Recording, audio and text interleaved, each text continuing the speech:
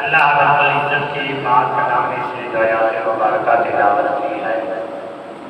اس آیات میں اللہ رب العزت نے حضرت ابراہیم علیہ نبینا علیہ السلام کا ذکر فرمایا ہے۔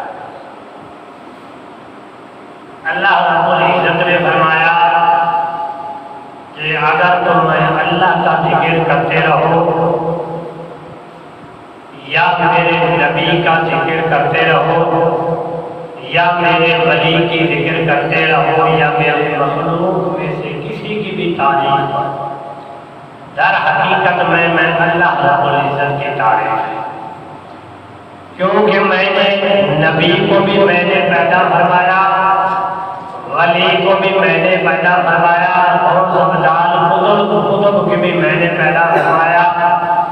اور ہر انسان کو میں اللہ رب العزت نے پیدا فرمایا۔ اس کی تعریف کرو گے تو کاریگر جو بنانے والا ہے اس کی تعریف حقیقت میں ہوتی ہے۔ اگر دنیا کے لحاظ میں دیکھا جائے یا کسی چیز کو بنانے کے بعد دیکھنے والا آ کر کہے یار اس نے یہ چیز بڑی خوبصورت بنا دی ہے، بڑی اچھی بنا دی،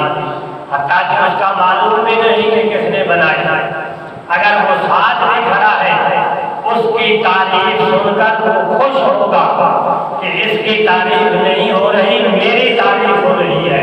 اس لیے اللہ رب العزت نے فرمایا انسان کسی جگہ پہ بیٹھ کر اگر وہ اپنے ماں باپ کی تعریف کرتا ہے یا اپنے بچوں کی تعریف کرتا ہے